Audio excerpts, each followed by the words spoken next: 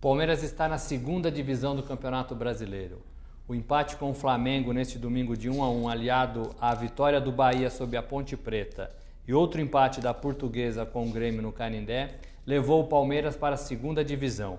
Era o que todo mundo esperava, na verdade. O Palmeiras não fez uma boa campanha e a cada rodada adiava o sofrimento do torcedor. Daniel Batista, repórter do Estadão, acompanhou essa saga do Palmeiras na primeira divisão. Pode falar um pouco mais dessa última partida, Daniel, em Volta Redonda. Como é que foi o clima lá, a volta para São Paulo, já rebaixado? Bom, antes do jogo ainda existia um fio de esperança, como a gente diz, né? Os torcedores, os jogadores admitiam que era difícil, mas matematicamente existia a possibilidade. Então eles iam lutar para superar toda essa expectativa que era a queda.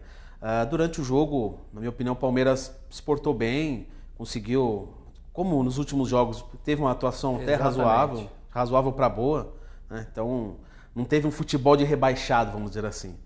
Mas aquele lance no final do jogo, né? O gol do Wagner Love derrubou psicologicamente o time, sentiram muito. E depois, no final do jogo, foi aquela tristeza no vestiário. Antes mesmo do jogo da Portuguesa, todos já falavam de rebaixamento. Um fato marcante até foi o Maicon Leite, que perdeu 2 grandes oportunidades durante o jogo. Chorou muito, muito mesmo assim depois do jogo, de precisar ajuda para descer pro vestiário, porque você viu que ele sentiu muito, porque, querendo ou não, ele entendeu que teve uma parcela de culpa, porque se tivesse feito aquele gol, o Palmeiras estaria vivo. Agora, Daniel, acabou o jogo, o empate de 1-1, caminho para a segunda divisão apontado, mas ainda precisava esperar o jogo da Portuguesa. Se a Portuguesa perdesse, o Palmeiras matematicamente não estava rebaixado. O que aconteceu? Os jogadores ficaram em Volta Redonda, ficaram no vestiário, ou eles vieram para São Paulo e descobriram o resultado, acompanharam o resultado durante a viagem? Logo depois do jogo, cerca de 1 hora e meia depois do término da partida, eles já foram para o ônibus, já pegaram a estrada de volta para São Paulo e eles, ironicamente, acabaram sendo rebaixados no meio da estrada. Ficou até marcado para a gente, foi no quilômetro 332 da Via Dutra. Acabou o jogo da Portuguesa e eles já estavam cientes. Eles estavam acompanhando a partida, inclusive, por celular, tablets, enfim. Todo mundo acompanhando e na hora que saiu, o juiz apitou o final da partida, já voltou aquele clima de velório, muita choradeira dentro do ônibus. Esse ônibus veio escoltado até a academia de futebol? Escoltado por muitas viaturas, o trajeto inteiro. Chegou na academia também com forte policiamento. E tinham, na verdade, 4 torcedores apenas na porta protestando, xingou todo mundo. Mas ficou nisso. Felizmente, foi apenas agressões verbais. Os jogadores entraram, pegaram seus carros, foram embora, tudo na paz. Não teve briga, não teve confusão? Não. Pelo menos não por enquanto. Por enquanto não. Lembra muito quando o Corinthians foi rebaixado também. Sim, porque o do Corinthians também foi uma situação bem parecida. As semanas que antecederam a queda, houve muitas confusões, ameaças. Então, no rebaixamento em si mesmo, foi uma atitude muito pacífica. Assim, talvez a torcida já estivesse preparada para a queda, né? Porque assim como o Corinthians, o Palmeiras foi caindo. O Palmeiras não caiu, né? Esse sofrimento, esse martírio do torcedor já vem já há algumas semanas. Né? Daniel, o que acontece agora com o elenco, com a comissão técnica, com a diretoria? Primeiro, a diretoria tem uma eleição aí pela frente. Como é que o Tironi vai passar o bastão aí para o seu próximo? Bom, a eleição para presidente está marcada para o dia 21 de janeiro de 2013. Existe uma forte pressão para anteceder essa data, porque dia 21 vai estar muito em cima do Campeonato Paulista. Então, quer dizer, o Tironi e sua diretoria teria que montar o elenco para 2013 sem saber se ele vai ficar.